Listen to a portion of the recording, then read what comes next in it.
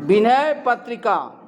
विनय माने इसमें होता है प्रार्थना, अर्चना, पूजा, वंदना की पत्रिका का संदेश जो है गोस्वामी तुलसीदास जी ने मर्यादा पुरुषोत्तम श्री राम चंद्र जी से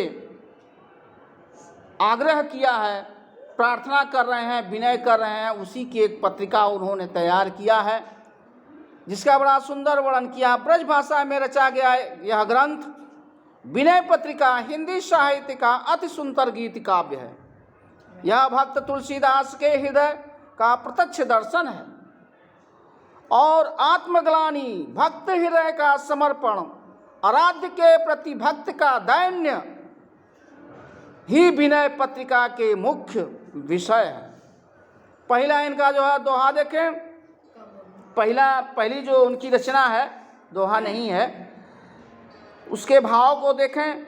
कबहु कहो यही रहनी रहोंगो, श्री रघुनाथ कृपाल कृपा के संत स्वभाव गहोंगो, यथा लाभ संतोष सदा काहू सो कछु न चहोंगो, परहित निरत निरंतर मन क्रम वचन नेम निबाहोगो, परस्व वचन यति दुसह श्रवण सुनिते ही पावक न दहोंगो, विगत मान सम शीतल मन पर गुण नहीं दोष कहोंगो, पर हरि देह जनित चिंता दुख सुख समबुद्धि सहोंगो, तुलसीदास प्रभु यही पथ रही अविचल हरि भक्त लहोंगो।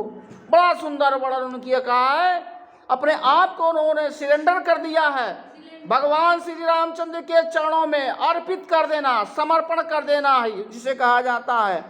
कबहू कहो यही रहनी रहोंगो, हे प्रभु, हे परम पिता परमेश्वर, मैं कब आप जैसा आपके बताए गए रास्ते पर चलने की कोशिश करूँगा।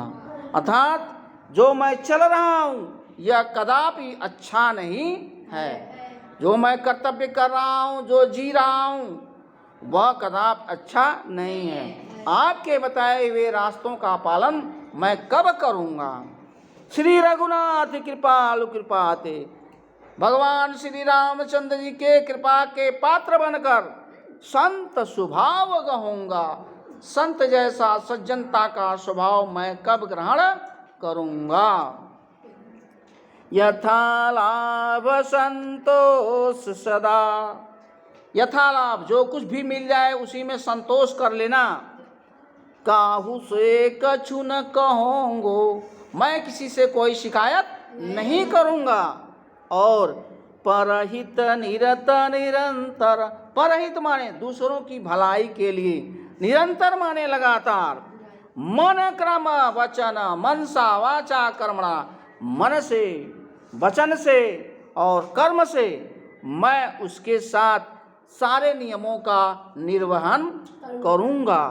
और परुष वचन अति दुसह श्रवण सु, परुष वचन माने कर्कश वाणी के सुनने के बाद भी अति दुसह, जो असहनीय हो, सहने योग्य न हो, श्रवण को अपने कानों के रास्ते से सुनने पर भी ते ही पावक न दहोंगो, फिर भी मैं अग्नि के समान प्रज्वलित नहीं होऊंगा। अर्थात इतना के होने के बाद भी मैं शीतलता का परित्याग नहीं करूंगा। और विगत मान सम शीतल मन, मेरा मान जाते हुए भी मैं अपनी काया को शीतल बना के, मन को अपने शीतल बना के रखूंगा। अपर गुण दोष न कहूँगो, दूसरे के दुर्गुणों का और दोषों का वर्णन मैं आपसे कदापि नहीं करूंगा। और परहित देह जनति चिंता, दूसरों की भलाई के लिए मेरा जो इस देह माने शरीर है उसके प्रति मैं चिंता करूंगा। किस बात का? उनके दुख और सुख को समभाव से सहने की क्षमता अपने अंदर पैदा करूंगा। तुलसीदास प्रभु यही पथि रही। गोस्वामी तुलसीदास जी कहते हैं, हे परमपिता परमेश्वर, मैं आपके बताए गए रास्तों पर चलते हुए अविचल हरि भक्त रहूंगो, कभी अविचलित न होऊंगा, बल्कि मैं हरि भक्ति के रस का पान करता रहूंगा।